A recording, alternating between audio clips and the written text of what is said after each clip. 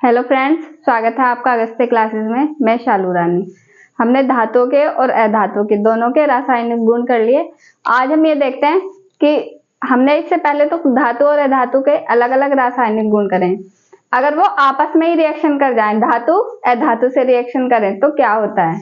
जैसे कि धातु और अधातु के साथ अभिक्रिया, धातु की अधातु के साथ। धातु अगर अधातु से अभिक्रिया कर रहा है तो क्या होता है, कैसे होती है वो अभिक्रिया। तो हम कोई भी धातु लेंगे और एक अधातु लेंगे, उन दोनों के आपस में रिएक्शन कराएंगे और उनमें देखेंगे क्या होगा। तो आपने अक्सर देखा होगा, कोई भी धातु जो होता है, धातु इलेक्ट्रॉन त्यागते हैं और अधातु इलेक्ट्रॉन लेते हैं। तो धातु इलेक्ट्रॉन त्याग के अपना धनायन बनाते हैं और अधातु इलेक्ट्रॉन ग्रहण करके ऋणायन बनाते हैं, और वो फिर धनायन और ऋणायन आपस में जुड़ जाते हैं, क्योंकि पॉजिटिव चार्ज पॉजिटिव से नहीं जुड़ेगा और नेगेटिव नेगेटिव से नहीं जुड़ेगा। प्लस माइनस से जुड़ेगा, माइनस प्लस से जुड़ेगा, एक जैसे आपस में जुड़ेंगे नहीं। तो जो धातु होते हैं वो तो इलेक्ट्रॉन त्याग के पॉजिटिव आयन बनाते हैं और अधातु इलेक्ट्रॉन ग्रहण करके नेगेटिव आयन बनाते हैं, और फिर वो दोनों आपस में जुड़ जाते हैं और एक यौगिक का निर्माण करते हैं। तो धातु और अधातु में क्या होता है, बस यही होता है, धातु इलेक्ट्रॉन त्यागेंगे और धनायन बनाएंगे और अधातु इलेक्ट्रॉन ग्रहण करके ऋणायन बना के आपस में जुड़ जाएंगे। अब जैसे हम एक आध एग्जाम्पल लेते हैं, उनसे समझते हैं। जैसे हमारे पास सोडियम धातु है, ये सोडियम धातु है, इसका इसके इलेक्ट्रॉन 11 होते हैं। वो किस तरह से होते हैं इसकी कक्षाओं में, फर्स्ट कक्षा में 2, सेकंड में 8 और थर्ड में 1। फर्स्ट कक्षा को K बोलते हैं, सेकंड को L, थर्ड को M। K L M, M में 1 इलेक्ट्रॉन होता है। अब जो ये बाहर वाली क्लास है इसको यहाँ पे 8 इलेक्ट्रॉन करने हैं। 8 करने के लिए या तो ये 1 इलेक्ट्रॉन किसी को दे दे, ये हट जाएगा तो फिर यहाँ बाहर वाली में 8 हो जाएंगे, और या फिर ये 7 इलेक्ट्रॉन लेगा। 7 इलेक्ट्रॉन लेना और 1 इलेक्ट्रॉन देना, इनमें देखते हैं कि कौन सा इजी रहता है। 1 इलेक्ट्रॉन देगा वो ज्यादा इजी है, 7 इलेक्ट्रॉन किसी से लेगा वो ज्यादा इजी है। तो इसके लिए 1 इलेक्ट्रॉन देना इजी होता है, तो ये बाहर वाला इलेक्ट्रॉन किसी को भी दे देगा और अपनी ये बाहर वाली कक्षा में 8 इलेक्ट्रॉन कंप्लीट कर लेगा। यहाँ पे फिर 2 8 बचेगा। तो ये क्या करता है, ये बाहर वाला इलेक्ट्रॉन त्याग देता है, Na पॉजिटिव बनाएगा, पॉजिटिव आयन, इसके इलेक्ट्रॉन 2 और 8 इस तरह से बचेंगे। फिर अब ये मैंने पहले भी समझाया था कि इस पे पॉजिटिव चार्ज क्यों आ रहा है, नेगेटिव क्यों नहीं आ रहा। पॉजिटिव और नेगेटिव क्यों नहीं आते। जैसे कोई भी हमारे पास परमाणु है, ये उसका नाभिक है, ये इसकी कक्षाएं हैं। अब जैसे हम सोडियम का ही समझ लेते हैं कि ये हमारे पास सोडियम का परमाणु है, तो ये इसका नाभिक है, नाभिक में पॉजिटिव चार्ज रहता है और जो बाहर वाली कक्षा है इनमें नेगेटिव चार्ज रहता है। पॉजिटिव उतना ही रहेगा जितने इलेक्ट्रॉन होते हैं, जितने इलेक्ट्रॉन है बाहर वाली कक्षा में उतना ही चार्ज अंदर होता है पॉजिटिव। अब जैसे सोडियम के पास 11 इलेक्ट्रॉन है, 11 इलेक्ट्रॉन है तो इसमें यहाँ अंदर पॉजिटिव चार्ज होता है और बाहर की इनकी कक्षाओं में नेगेटिव चार्ज होता है। पॉजिटिव मतलब प्रोटॉन और नेगेटिव मतलब यहाँ पे इलेक्ट्रॉन रहते हैं इसलिए यहाँ नेगेटिव होता है, यहाँ प्रोटॉन रहते हैं इसलिए यहाँ पॉजिटिव होता है। प्रोटॉन पे पॉजिटिव चार्ज होता है और इलेक्ट्रॉन पे नेगेटिव। अब जितने इलेक्ट्रॉन होते हैं उतने ही प्रोटॉन होते हैं। इलेक्ट्रॉन कितने हैं इसमें, 11 है। 11 इलेक्ट्रॉन है तो 11 ही प्रोटॉन हो गए। प्रोटॉन भी 11 और इलेक्ट्रॉन भी 11। अब इसमें क्या होता है, धनायन कैसे बनता है इसका, ये क्योंकि 1 इलेक्ट्रॉन त्याग देता है। इलेक्ट्रॉन त्याग देगा तो इसके पास कितने बचेंगे, -1, यहाँ पे 10 इलेक्ट्रॉन बचेंगे। लेकिन प्रोटॉन तो उतने ही जितने थे, इलेक्ट्रॉन ही तो कम हुए। इलेक्ट्रॉन 10 हो गए और प्रोटॉन 11 थे, 11 ही रहेंगे। अब क्योंकि पॉजिटिव चार्ज ज्यादा है और नेगेटिव कम है, इसलिए इस पे यहाँ पॉजिटिव चार्ज आ जाता है। सोडियम पे 1 इलेक्ट्रॉन त्यागने के बाद यहाँ पॉजिटिव चार्ज आ जाएगा, तो ये सोडियम का आयन बन जाएगा Na पॉजिटिव। इसमें अब 10 इलेक्ट्रॉन रहेंगे, 11 नहीं रहेंगे, 10 रहेंगे इसके आयन में। जब इसका आयन नहीं बना, जब तो इसमें 11 इलेक्ट्रॉन है, लेकिन इसका जब आयन बन जाता है तो इसके पास फिर 10 इलेक्ट्रॉन रह जाते हैं। ये हमने धातु का करा। अब हम ऐसे एक अधातु लेंगे, क्लोरीन लेते हैं अधातु। क्लोरीन के पास 17 इलेक्ट्रॉन होते हैं, तो इसका इलेक्ट्रॉनिक विन्यास क्या होगा? 2, 8 और 7।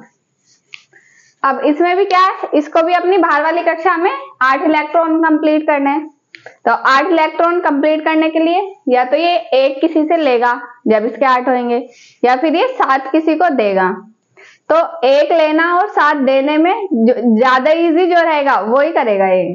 तो इसके लिए एक लेना ज्यादा आसान रहेगा 7 इलेक्ट्रॉन देने से। तो ये किसी से भी एक इलेक्ट्रॉन ले लेता है। एक इलेक्ट्रॉन लेगा तो इस पे अब 18 इलेक्ट्रॉन हो जाएंगे। Cl नेगेटिव, क्योंकि ये ले रहा है तो इस पे 18 हो रहे हैं। इसका इलेक्ट्रॉनिक विन्यास क्या होगा? 2, 8 और 8, इस तरह से होगा। अब इस पे नेगेटिव चार्ज क्यों आ रहा है? इस पे पॉजिटिव आया था, ये तो हमने समझ लिया। इस पे नेगेटिव क्यों आ रहा है, इसका अब हम इस तरह से पिक्चर बना के देखते हैं। ये बीच में नाभिक, इसमें पॉजिटिव चार्ज, ये इसकी फर्स्ट कक्षा, ये सेकंड कक्षा, ये थर्ड कक्षा। इनमें इलेक्ट्रॉनों को दिखाते हैं। जैसे फर्स्ट कक्षा में 2 है तो इसमें यहाँ पे ऐसे 2 क्रॉस लगा देंगे।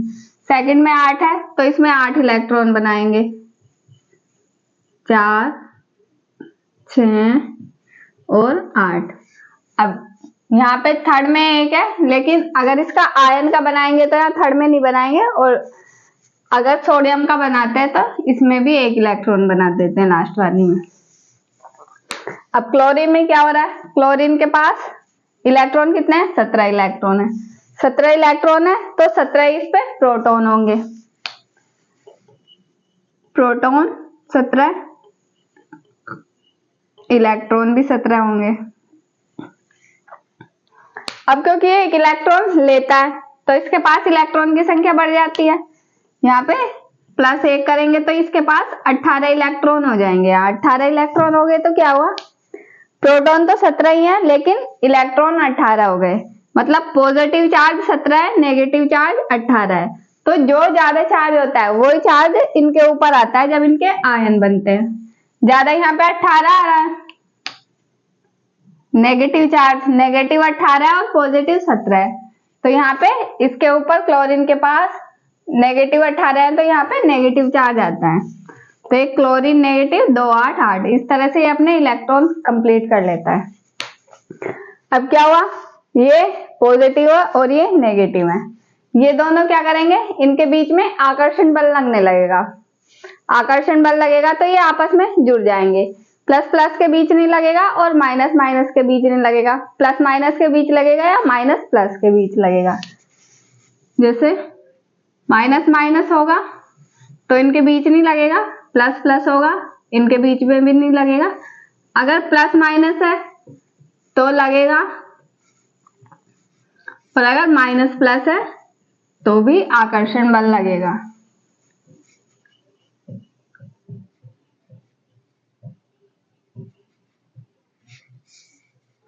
इस आकर्षण बल को क्या बोलेंगे? स्थिर वैद्युत आकर्षण बल।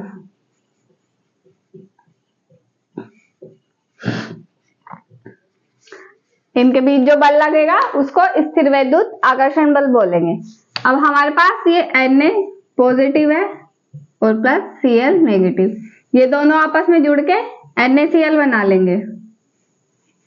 NaCl, ये इसको 1 इलेक्ट्रॉन दे देगा क्योंकि इसके पास 1 इलेक्ट्रॉन एक्स्ट्रा था। ये वाला इलेक्ट्रॉन ये इसको दे देगा तो इसके 8 इलेक्ट्रॉन कंप्लीट हो जाएंगे और इसके भी बाहर वाली कक्षा में 8 हो जाएंगे। ये इससे फिर जुड़ जाएगा, इसको 1 इलेक्ट्रॉन देके मतलब इसके साथ ही जुड़ जाएगा। तो यहाँ पे हमारे पास NaCl बन जाएगा। NaCl बन गया। अब NaCl जो बना है इसके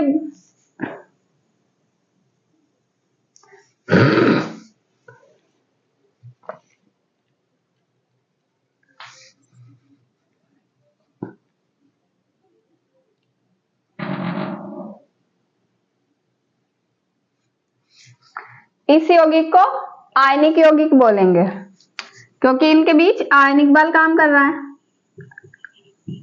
आयनिक यौगिक।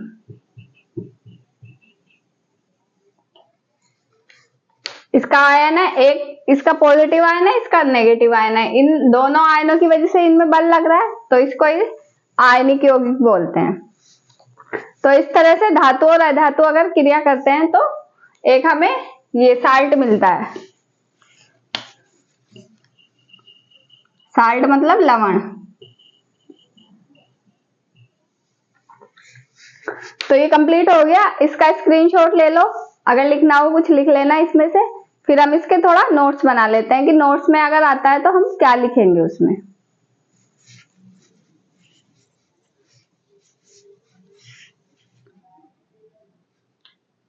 ये इसके मैंने नोट्स बनाए हैं, इनको और समझ लेते हैं, फिर आज की क्लास को यहीं कंप्लीट करेंगे। धातुओं की अधातुओं के साथ अभिक्रिया, ये हमने अच्छे से समझ लिया, आप सबको समझ में भी आ गया होगा। और अगर कोई डाउट हो तो आप कमेंट में लिख भी सकते हो कि हाँ कहाँ पे दिक्कत आ रही है, तो उसको भी फिर सॉल्व कर देंगे, नेक्स्ट क्लास में बता देंगे, या फिर कमेंट में उसका आंसर मिल जाएगा, तो आप उसको पूछ सकते हो कि कहाँ प्रॉब्लम आ रही है। अब इसको देखते हैं। धातुओं के परमाणु अपने बाह्यतम कोश से इलेक्ट्रॉन त्याग धनायन बनाते हैं। जैसे मैंने सोडियम समझाया था आपको, ये धातु है, ये अपने बाहर वाले कोश से इलेक्ट्रॉन को त्याग के अपना धनायन बना लेगा, यहाँ धनायन।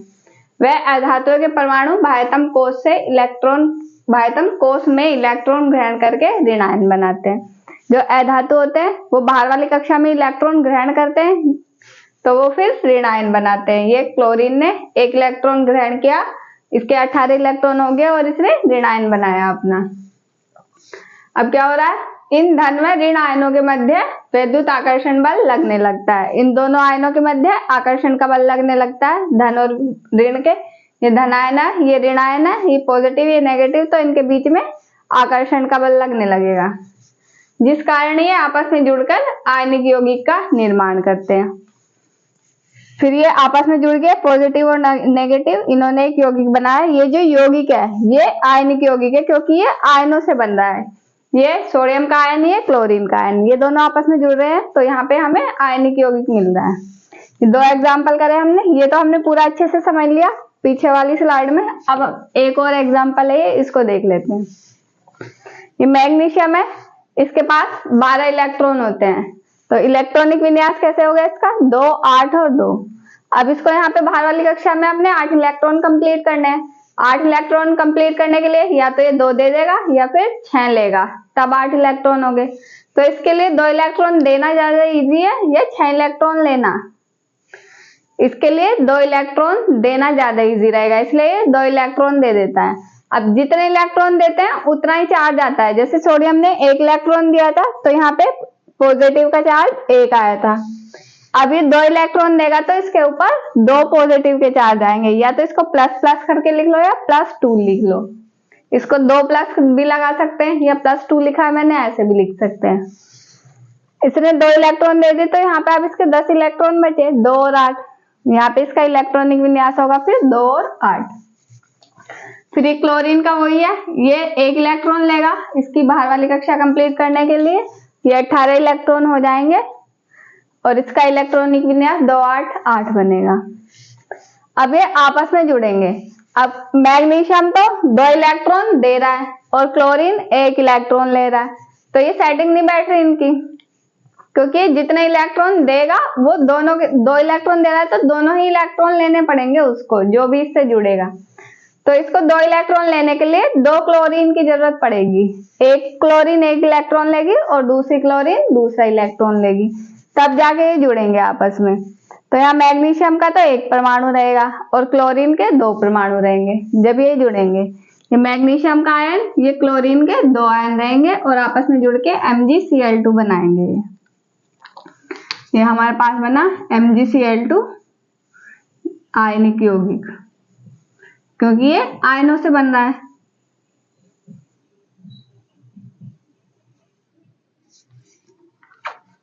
अब ये तो आपको अच्छे से समझ में आ गया होगा। अब हम इसके गुण देखते हैं। ये जो हमारे पास यौगिक बनते हैं, इनकी क्या प्रॉपर्टी रहती है, भौतिक गुण।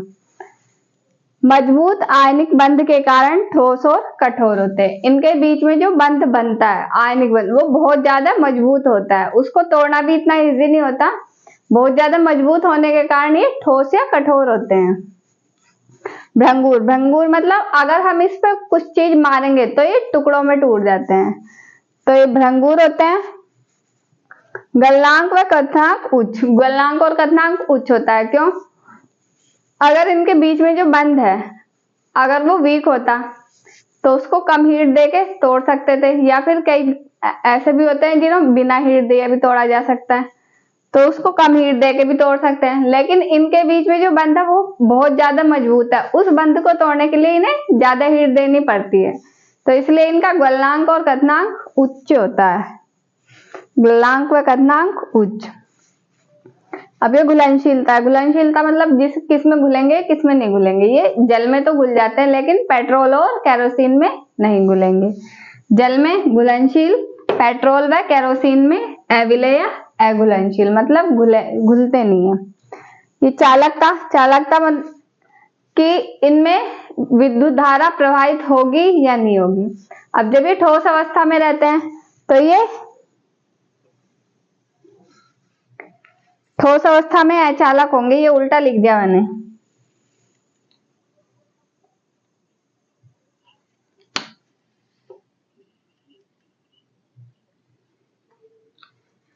ठोस अवस्था में अचालक और द्रव अवस्था में चालक। ठोस में अचालक इसलिए होंगे क्योंकि इनके जो आयन रहते हैं वो आपस में अपनी जगह पे फिक्स होते हैं, वो मूवमेंट नहीं कर सकते ठोस अवस्था में।